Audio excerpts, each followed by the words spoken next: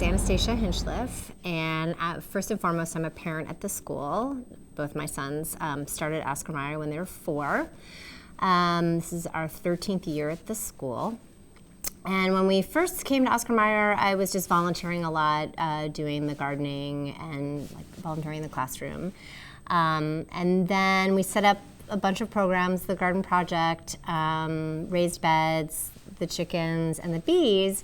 And I noticed that there was it was not a disconnect so much, but it was hard for the teachers to bring their classrooms outside. And so I put together a proposal to the school to hire me as sort of the liaison. So I'm sort of like the bridge to help bring the kids outside of the building to enjoy all the stuff that we've set up. It's been amazing. It's like my dream job. It just kind of encompasses all the things that I love to do.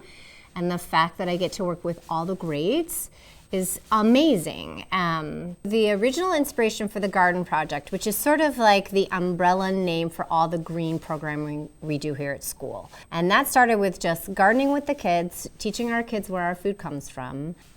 Now the chickens was really just like blacktop playground conversation among some parents. We all thought it would be cool to have urban chickens. None of us really had room in our houses.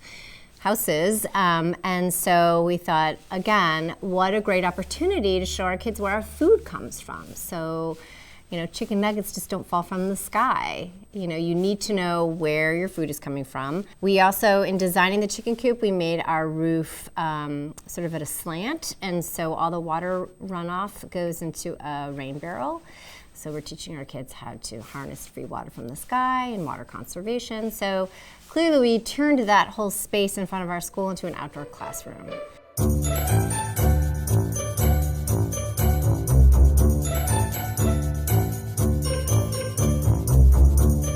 So this is our beautiful coop. So I'm gonna let the chickens out. We have 5 chickens here at Oscar Mayer. They all have names, which I'll tell you about. Hi, ladies.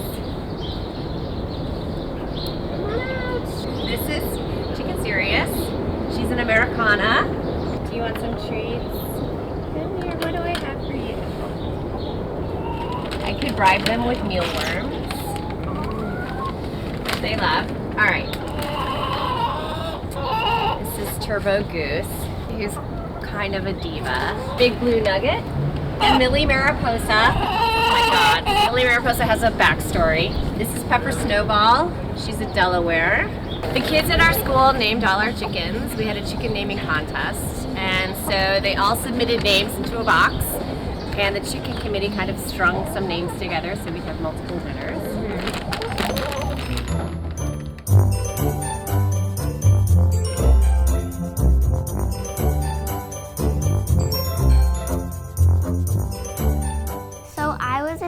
School program called Green Thumb Garden Club, and we saw the chickens when they were like little chicks, and we got to not raise them, but we got to play with them when they were little, so they were used to people. They were at first I was kind of scared of them because I was they're chickens and they're farm animals, but they're actually really friendly.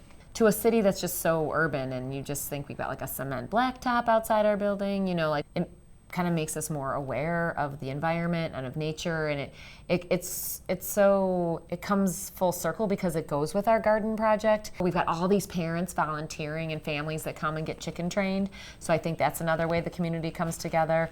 You have people constantly walking by, saying hello to the chickens, just people walking their dogs. Hi, Pops. What do you think? I'm Melissa Herman, and I'm Blake's mom. He is a junior kinder here in room 111, and before he even started school here, I said I wanted to be a chicken mom. They actually each have their own personality, and this is what I see just from spending so much time with them. Millie is the cuddler, so I can hold her, and she cuddles in my neck. Such a good girl. Having the chickens at the school is a huge impact. I think it teaches the kids that we respect our animals, our environment. It teaches them responsibility as well. And just to be able to have chickens in the middle of the city on a neighborhood block like this is pretty amazing. And, you know, I think we do a pretty good job of having the kids appreciate that we have chickens. Do you want me to put some in your hand? Here, I'll put it in my hand. You take it out of my hand. Okay? Throw it on the ground. Well, good job. Try again. Come on. That was a good job. This is my daughter Lola. So my students love the chickens. Because they're right outside of our classroom, we hear the chickens all the time. The chickens are part of the draw. What brought me to Oscar Mayer, I love having that element in a classroom, and I like that it's something we can always do. We can always go to the chickens, we can always volunteer there, and I think for a lot of the students, how often do you have an experience with chickens living in Chicago? Their day is centered around kind of themselves, right? And as students get older, they start to branch out, so it's not all about me anymore, it's starting to be more about their community. And I think the chickens are a good thing because they help them learn how to care for something other than themselves. We open it again to get footage of it, and there's one just sitting in there. Now there's. Oh no, there's two fake eggs.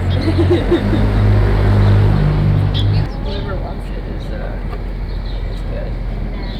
The person who is on Oh, okay, yeah, because Anastasia told the person this morning Hi, that they guys. must come because she did it. Well, I thought it was very different for schools to have animals like these, and I thought it was cool because it's a good learning opportunity. It's connected kids in an urban environment to understand more about like maybe the food process, the food chain, and things like that. I love the chickens.